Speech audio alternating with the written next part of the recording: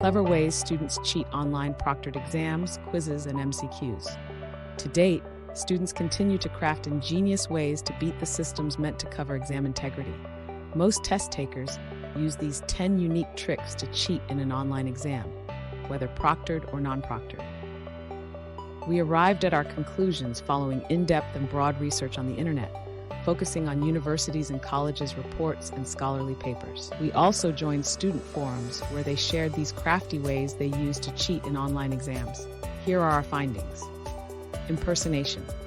In the age where makeup and masks can make you be anyone, some prefer to go to this extent to cheat their way through exams.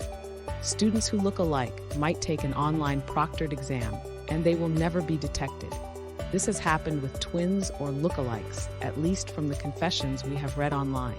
Another common method is through asking another person to take your online exam, quiz, or test for you. This form of exam malpractice is common so that students can use their boyfriends, friends, and family members to do their exams. Exam impersonation takes many forms, and if well executed, even the instructors or invigilators cannot detect it. Students can use impersonation either before or during the exam. Students share their passwords with the impersonator who checks the course outline and materials in the pre-exam phase. The impersonator can then genuinely take the test when it becomes available. During the exam, a student can leave the exam halfway, and the impersonator takes over. With the susceptibility of exam technologies, the latter can be done unhindered. Collusion with experts, friends, and family members. Another common clever method is sharing screenshots with an expert, friend, or family member who can help get answers. It is considered the safest approach by students, especially for the non-proctored exams.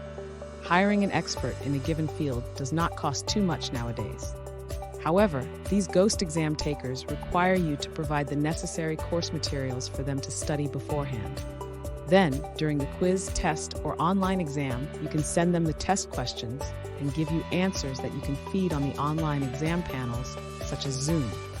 Note that the experts are sometimes already knowledgeable and will only need course material to know the scope of your test. When you send screenshots, they will read and send you the answer almost immediately. Even though risky, the risk makes it worth a try for many students.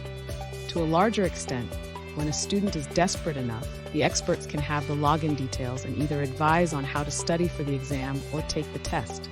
But again, only a student who is desperate to be caught can try this. Cheating has consequences, and this approach is one of those ways that take you straight to the consequences.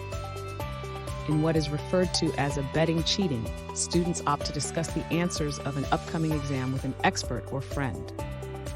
It is not limited to paying hackers to hack the exam database. It might also entail copying the questions and distributing them to other students, which amounts to cheating in online exams. Using the internet.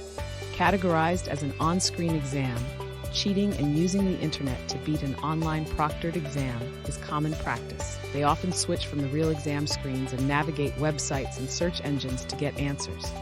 Students also cheat using their own system. When they do not have privileges, the students opt to keep ebooks, PDFs, notepads, and other browsers apart from the secure proctoring browsers on a separate window and tab before an exam. They can then open them conveniently during the exam and cheat the remote proctor who cannot track all the on-screen activities.